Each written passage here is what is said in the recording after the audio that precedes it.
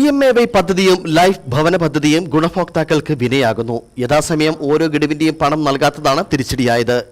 കടക്കാരുടെ ഭീഷണി മൂലം പുറത്തിറങ്ങാൻ പോലും കഴിയാത്ത അവസ്ഥയിലാണ് ഓരോ ഗുണഭോക്താക്കളും. വീടുപണി പൂർത്തിയായവർക്ക് പോലും മുഴുവൻ പണവും നൽകാതെ ദുരിതം അനുഭവിക്കുകയാണ്.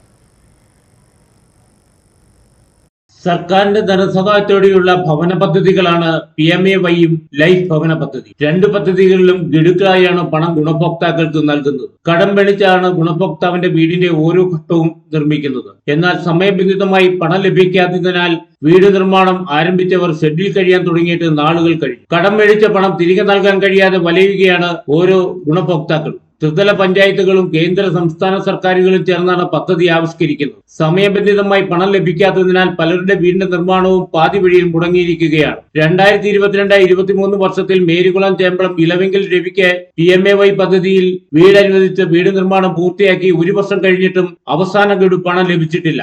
22-23 സാമ്പത്തിക വർഷത്തിലാണ് എനിക്ക് PMAY പദ്ധതി പ്രകാരം എനിക്ക് വീട് ലഭ്യമായത്. അത് 1 വർഷം കൊണ്ട് 2023 കൊണ്ട് തന്നെ ഞാനത് പണി പൂർത്തീകരിക്കുകയും അതിൻ്റെ വയറിങ് മറ്റുള്ള പണികളെല്ലാം പൂർത്തീകരിക്കുകയും ചെയ്തു. PO മുഴുവൻ പേപ്പറെല്ലാം പഞ്ചായത്തിൽ കൊടുത്ത് ക്ലോസ് ചെയ്യുകയും ചെയ്തു. പക്ഷേ നിലവിൽ ഇപ്പം 1.5 വർഷമായിട്ട് 1 വർഷമായിട്ടും എൻ്റെ പഞ്ചായത്തിൻ്റെ വിഹിതമായ കുറേ പൈസ ഇതുവരെയായിട്ടും എനിക്ക് ലഭ്യമായിട്ടില്ല.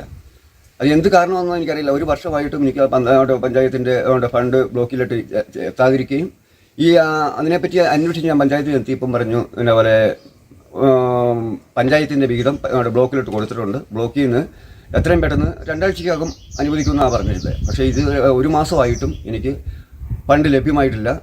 പലരുടെയും വീട് നിർമ്മാണം പാതി വഴിയിലാണ്. പഞ്ചായത്തുകൾ യഥാസമയം പണം നൽകാത്തതിനാൽ പലരും വർഷങ്ങളായി പ്ലാസ്റ്റിക് ഷെഡിൽ കഴിയാൻ വിധിക്കപ്പെട്ടിരിക്കുകയാണ്. സർക്കാരിന്റെ സാമ്പത്തിക ബുദ്ധിമുട്ടാണ് യഥാസമയം പണം നൽകാൻ തടസ്സമായി പറയുന്നത്. ഉദ്യോഗസ്ഥരുടെ വീഴ്ചയും പ്രതിസന്ധി സൃഷ്ടിക്കുന്നുണ്ട്. സർക്കാരിനെയും പഞ്ചായത്തിനെയും വിശ്വസിച്ചവർ ഇപ്പോൾ വഞ്ചിതരായിരിക്കുകയാണ്. ഇടുക്കി വിഷൻ ന്യൂസ്, അയ്യപ്പൻകോവിൽ.